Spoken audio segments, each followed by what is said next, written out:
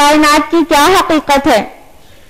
ये सारे सवाल प्यारे नबी सल्लल्लाहु अलैहि वसल्लम के जहन में हिचकोले खा रहे थे। यहाँ तक कि एक अजीब वाकया पेश आया और अल्लाह की एक मखलूक जिसको फरिश्ता कहते हैं, जिब्रील जाहिर हुआ और कहता है, इक़रा इक़रा बिस्मि रब्बिकल्लज़ी ख़लक़ ख़लक़ल इंसान मिन अलक़, पढ़ो अपने रब के नाम से जिसने पैदा किया, जिसने इंसान को अलग से पैदा किया।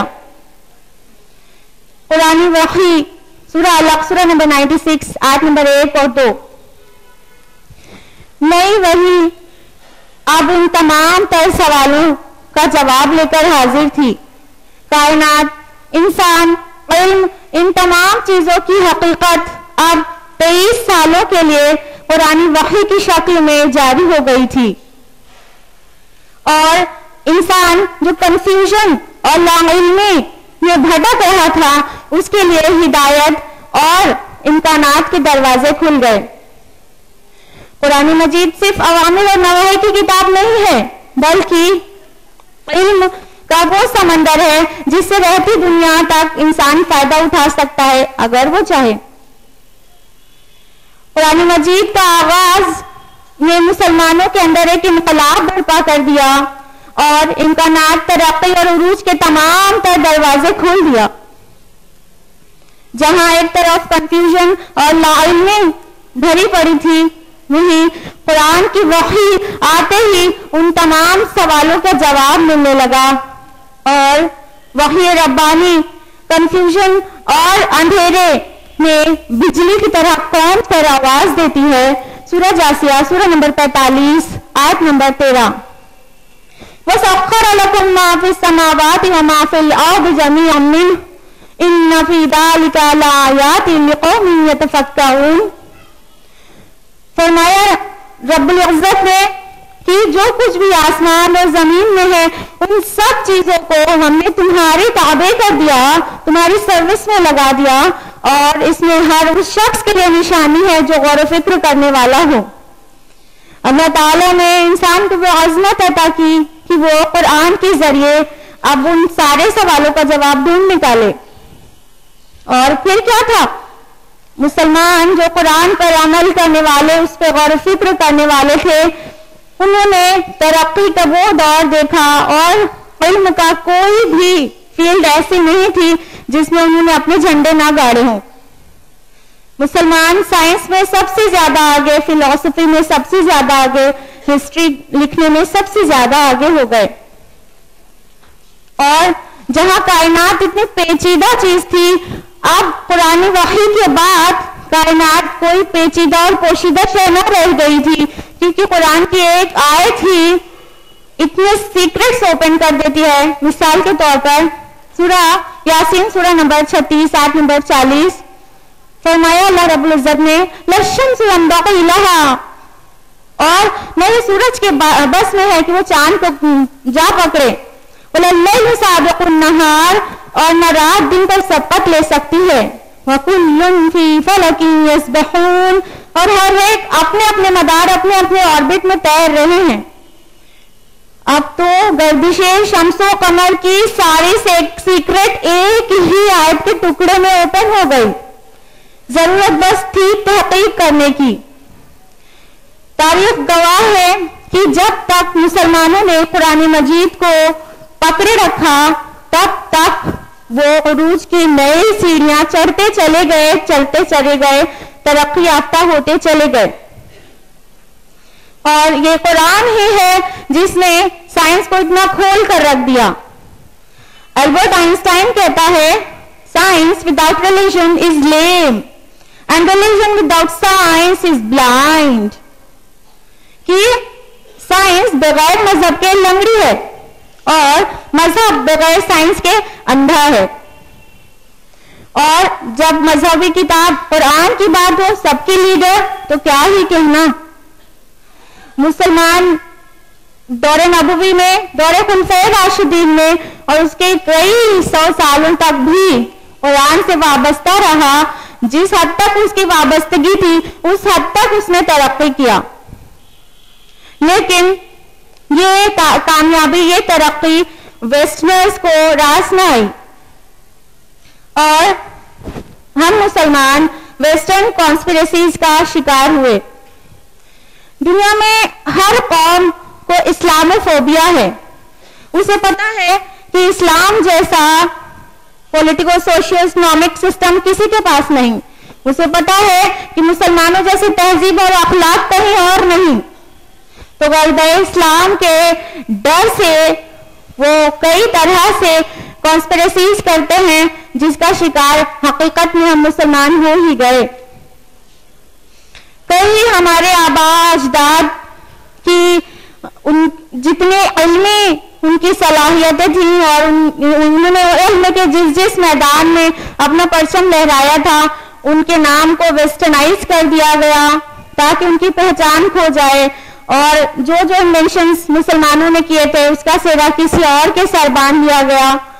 जिस साइंस का एस भी वेस्टर्नर्स ने मुसलमानों से सीखा था वो खुद शागिर्दी के बजाय उस्तादी के दावेदार बन बैठे और मुसलमानों को एक अफलास में मुब्तला करने की कोशिश की।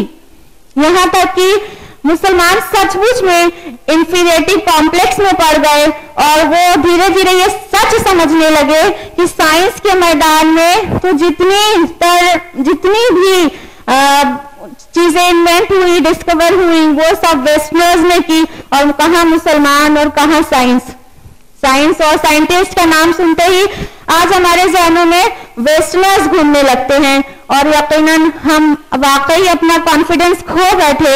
एक तो उनकी कॉन्स्पिरेसी, दूसरा हमारे कुरान का तर्क कर देना।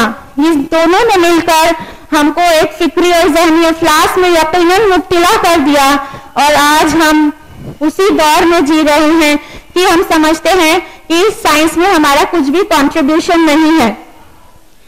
आज हम वो हकायक लेकर आपके सामने हाजिर हुए हैं जिससे आपका खोया हुआ कॉन्फिडेंस फिर से वापस आ जाए।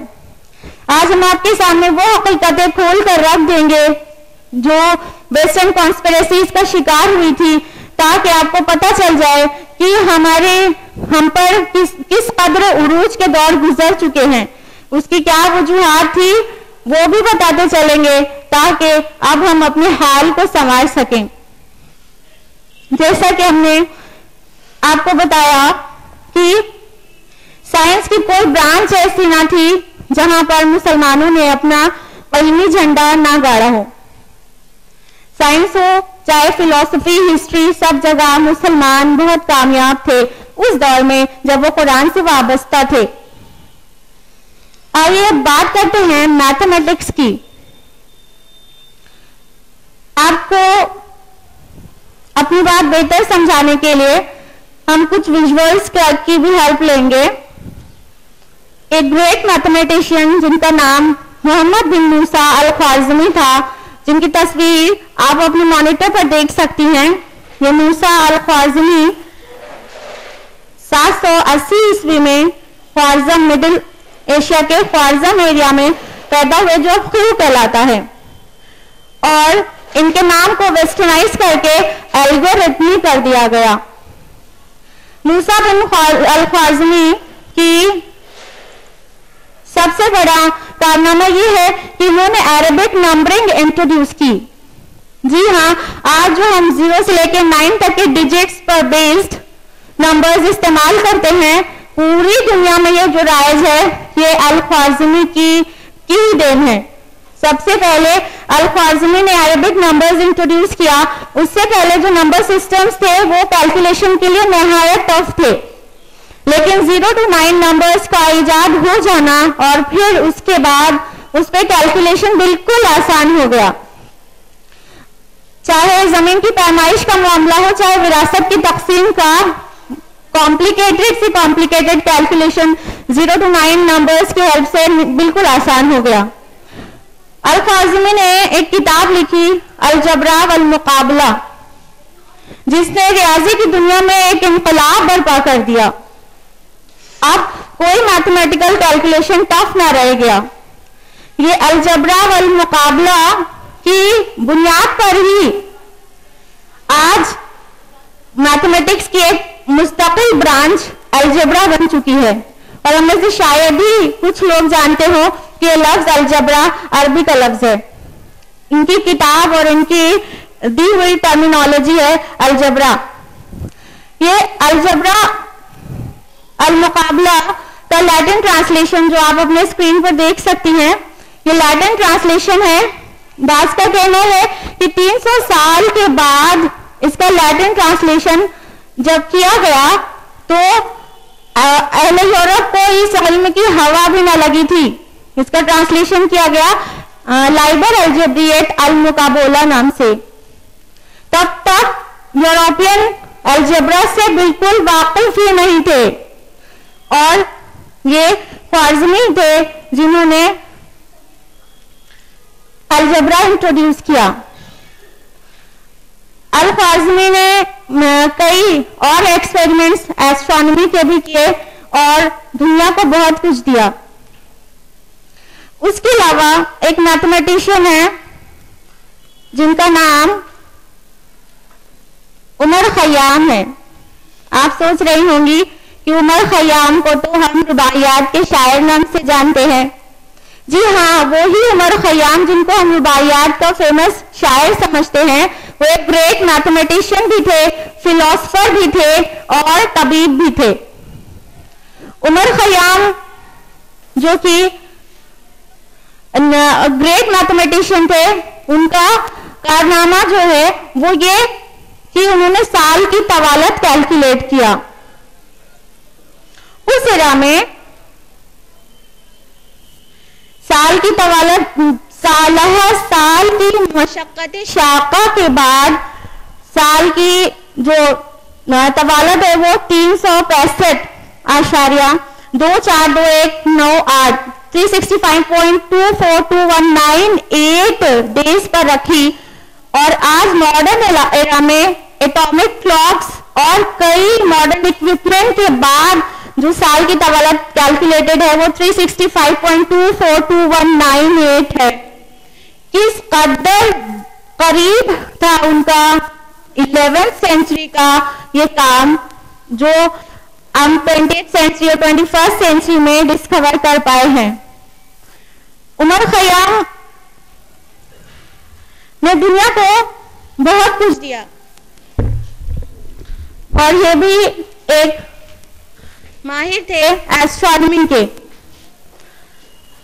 उमर खयाम की बदौलत आज हम अपने सोलर कैलेंडर हमने पाया है। लीप ईयर, बाइनोमिनल थ्योरम और 13 क्यूबिक इक्वेशन उमर खयाम की देन है। उसके अलावा कुरान मजीद ने एस्ट्रोनॉमी मौजू को बहुत जगह दी है। अगरचे आप कुरान मजीद समझकर पढ़ती हैं तो आपको बार बार एस्ट्रोनॉमी से रिलेटेड आयत मिलती होगी। अभी छोटी बच्ची ने आपके सामने भी एस्ट्रोनॉमी की एक आयत प्रेजेंट की और गर्दिशे शम्सो कमर के बारे में कुरान मजीद में कहा गया सूरह अंबिया सूरह नंबर 21 आयत नंबर 33 में वल्लज़ी खलक़ल लैला वन्नहारा वश्शम्स वल्क़मर वकुल्लुन फी फ़लकिन यस्बहून कि वो अल्लाह ही है, वही है जिसने रात और दिन बनाया और सूरज और चांद बनाया और हर एक अपने अपने मदार में तैर रहे हैं, अपने अपने ऑर्बिट में घूम रहे हैं। कुरान के नाजिल होने से पहले पहले ये निज़ाम शम्सी बड़ी कंफ्यूजिंग चीज थी। कभी कहा जाता कि जमीन स्टेशनरी है, सूरज उसका चक्कर लगा रहा है, फिर कहा जाता कि ये सूरज स्टेशनरी है, जमीन उसका चक्कर लगा रही। बिल्कुल यू टर्न लेती रही साइंस और अंधेरे में भटकती रही।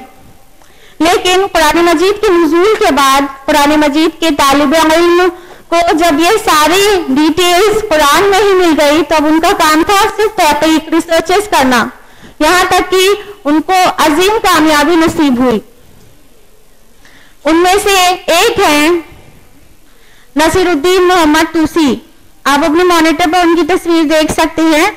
ये है नसीरुद्दीन मोहम्मद तूसी और ये 1202 ईस्वी में पैदा हुए हैं। नसीरुद्दीन मोहम्मद तूसी ने कायनात का जो मुतबादिल निजाम पेश किया वो काबिल सताइश है। इससे पहले जो बतलमूसी निजाम था, यूनानी जो निजाम था, उसकी सख्ती से तरदीद की और कायनात के लिए, गर्दिश शम्स व कमर के लिए एक नया निजाम पेश किया। इनकी जो एक अहम सर्विस है वो ये कि ये हलाकू खां के वजीर बन गए थे और हलाकू खां से मरागा के मैदान में एक ऑब्जर्वेटरी बनवाई, जिसको आप अपनी मॉनिटर स्क्रीन पर देख सकती हैं। ये मरागा ऑब्जर्वेटरी है जहां पर ये एस्ट्रोनॉमी के बहुत सारे रिसर्चेस करते थे और कई आलात उन्होंने तैयार किया एस्ट्रोनॉमी के। ये ऑब्जर्वेटरी आप देख सकती है मोहम्मद तूसी की। और फिर फाइनली मोहम्मद तूसी ने अस्सगीरा वल कबीरा यानी तूसी कपल की मदद से कायनात का एक खाका तैयार किया, कायनात का खाका तैयार किया, एक नक्शा बनाया जो आप बासानी देख सकती हैं।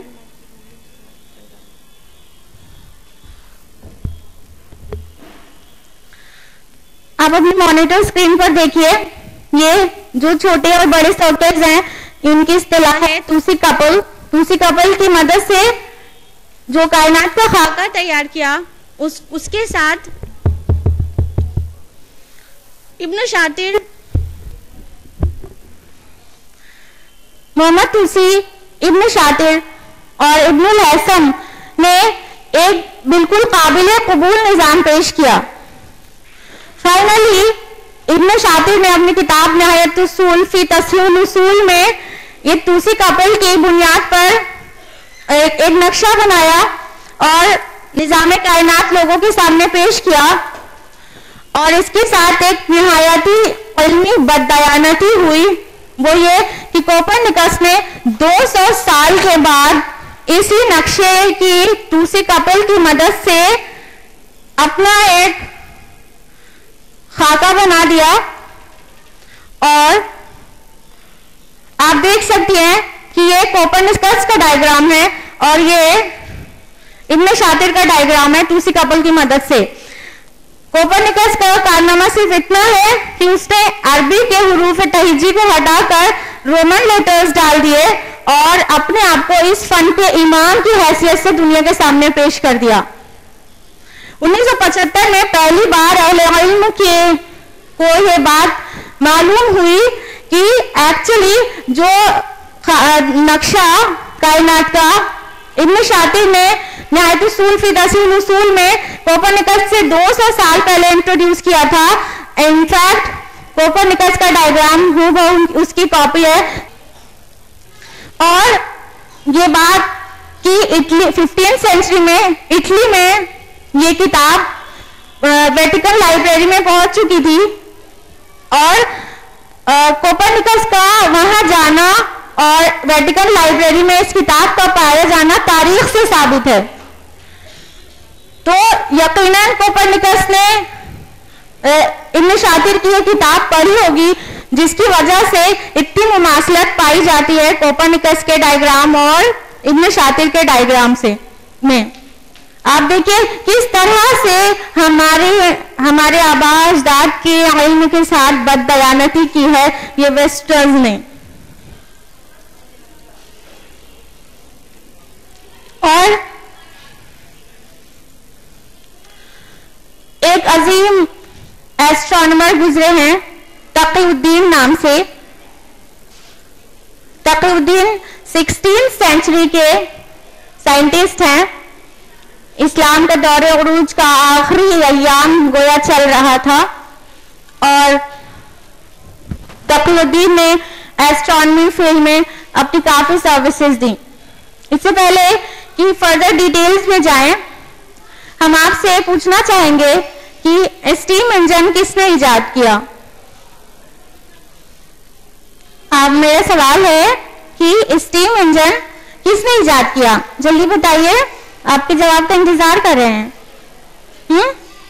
James Watt. हमको पता है कि आपने यही पढ़ा है, इनफैक्ट हमने भी यही पढ़ा है कि स्टीम इंजन जेम्स वाट ने इजाद किया। जेम्स वाट ने 18th सेंचुरी में इजाद किया है। 1765 में, और उससे 200 साल पहले तकीउद्दीन स्टीम टरबाइन और स्टीम इंजन इजाद कर चुके थे।